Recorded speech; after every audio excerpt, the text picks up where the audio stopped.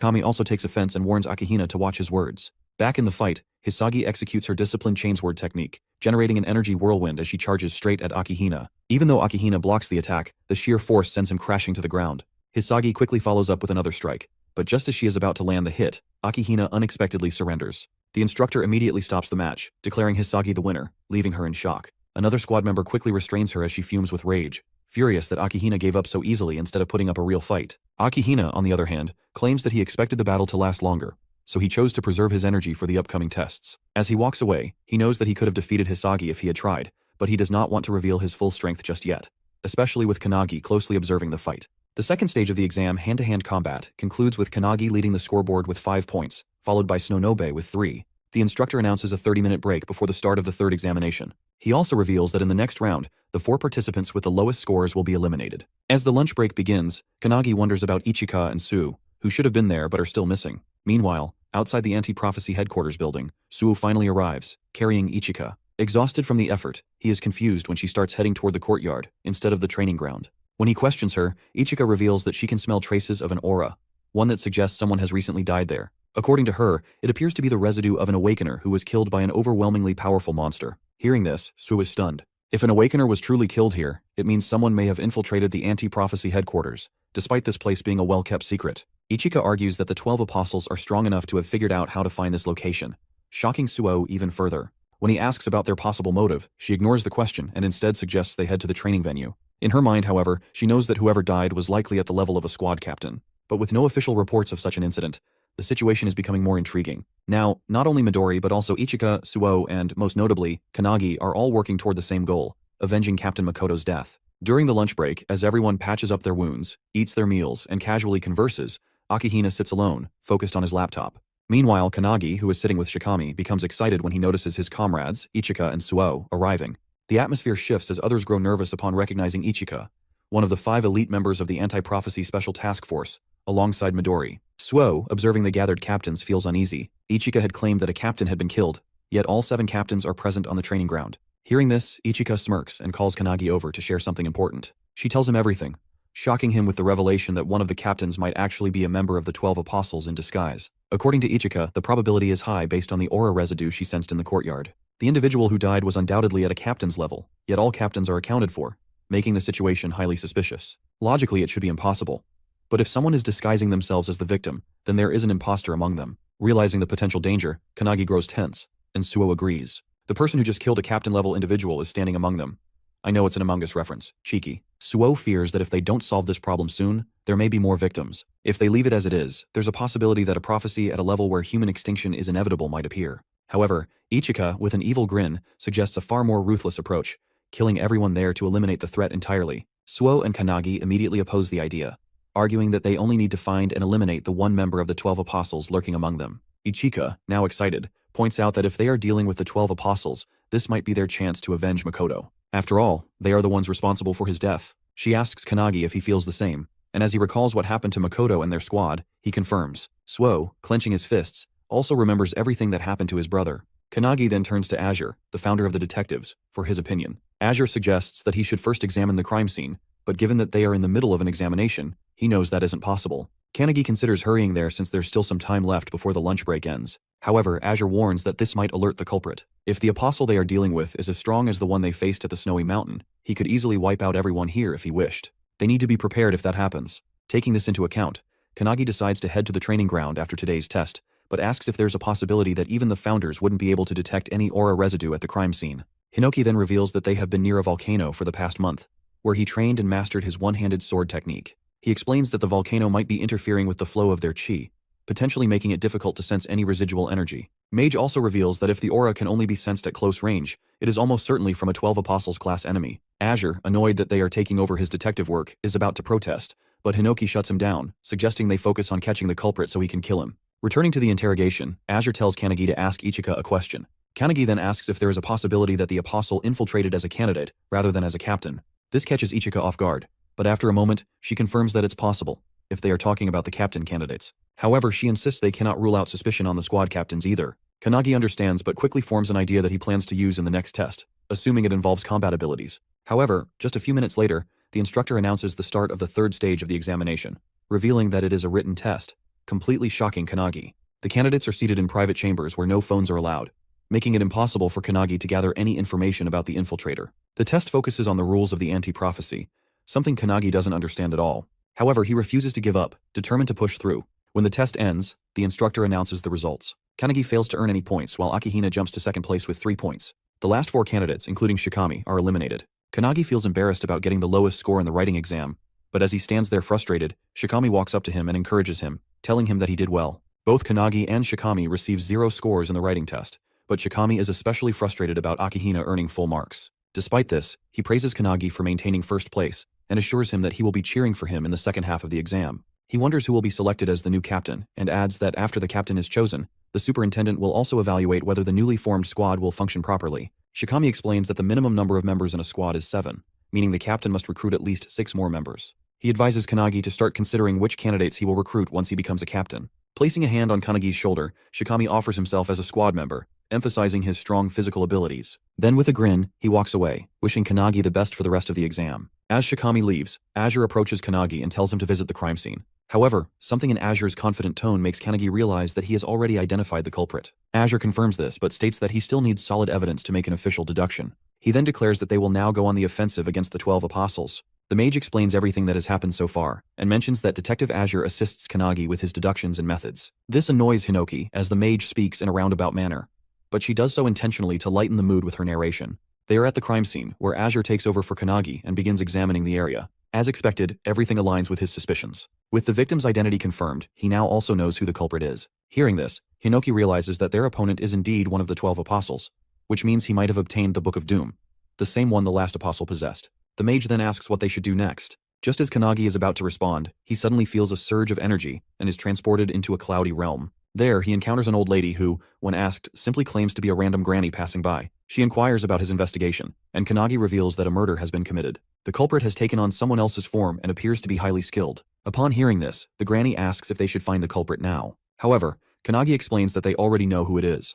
not by mere guesswork, but with solid proof. Despite this, he admits that he cannot expose the truth just yet. The granny is confused, as she believes that revealing the culprit and eliminating them immediately would be the best course of action. However, Kanagi argues that while it may seem that way, there are actually 2 culprits instead of 1. He insists that it would be better to take them both down at once when they are in the same place. He decides to deal with it in the morning but requests that the old lady, who is actually the superintendent, refrain from interfering and simply observe. She smiles, wishes him luck, and reiterates that she is just a passing granny who will not interfere. As she is about to leave, Kanagi reveals his name to her, prompting another smile from the old lady. Suddenly, a strong surge of energy rushes through him, and he regains control of his body. In a top-secret location, the assistant questions the superintendent, asking if it was wise to leave things as they are. The granny, however, assures her that she doesn't mind, as Kanagi seems close to the truth and appears to have a plan. She claims that she is merely interested in seeing what he will do next. She then orders the assistant to instruct the other officers to provide backup for Kanagi if anything happens. The assistant agrees but admits that even after walking near the residual traces, she didn't find anything particularly interesting.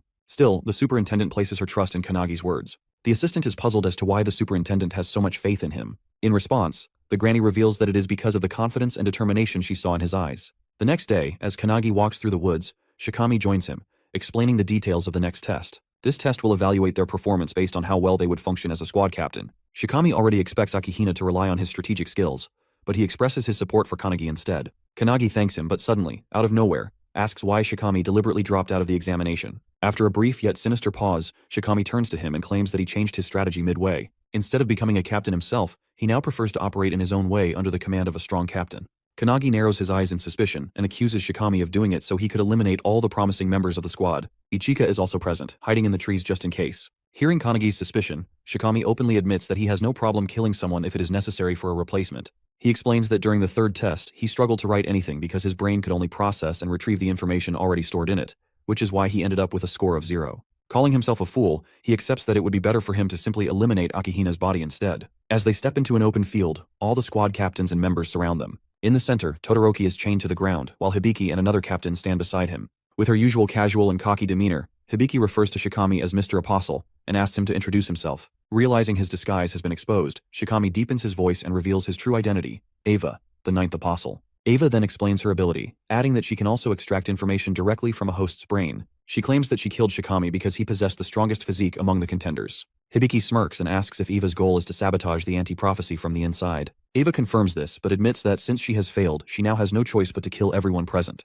However, before doing so, she wants to know who first discovered her true identity. Hibiki points toward Kanagi, who is standing right beside Eva. With an evil grin, Eva glares at him and remarks that she never expected him to have the audacity to stand so close to her. Turning to face him, she radiates immense energy and demands to know who the hell is he. But how did all of this happen? Right before Shikami's body was taken over by Eva, Todoroki had told him that he would recommend him as a candidate for the new squad captain. This news excited Shikami greatly, though Todoroki cautioned him that the information was still a secret and would only be officially announced the next morning. Getting even more excited, Shikami joked that despite it being a secret, they were practically yelling it out loud, which would definitely inform others. Todoroki then reassured him, stating that Shikami was one of the strongest individuals there in terms of physical power and would undoubtedly make a great captain. Seeing this level of confidence in him, Shikami agreed, feeling determined to do his best. However, just as he was fist-bumping Todoroki, something slashed him into pieces. In an instant, Shikami was cut down right in front of Todoroki, leaving him utterly shocked and unable to process what had just happened. Suddenly, a deep voice echoed through the air, mocking Shikami's weakness and questioning if this was truly the standard for a squad captain candidate in the anti-prophecy unit. The figure then answered its own question, claiming that the squad had only grown strong thanks to artifacts and the one who had provided them. Stepping forward, the figure introduced herself as Eva, one of the 12 apostles, and declared that she was looking forward to their future. Walking up to Shikami's lifeless body, Eva activated her heavenly demon skill, taking complete control over it. As she is channeling her power, Todoroki, with his mighty punch Vajra, smashes her entire body into a splatter of blood. Tearing up in rage, Todoroki breathes heavily, but to his shock, he suddenly hears applause from behind him. The same Shikami he had just seen die is now clapping, praising Todoroki for managing to kill a 12 apostle with a single hit, just as expected from his master. Stunned, Todoroki turns around to see Shikami standing there, seemingly alive. However, before he can even react, his body is instantly sliced in half by Eva, who had taken on Shikami's form. With a wicked grin, Eva then activates the Necroman's Dance artifact, resurrecting Todoroki as a corpse slave bound to her will. Now under Eva's control, Todoroki agrees to serve her, addressing her as Eva, but before he can say anything else, she slaps him so hard it nearly knocks him over. Correcting him, she demands that he call her Shikami, ensuring that no one grows suspicious of her disguise.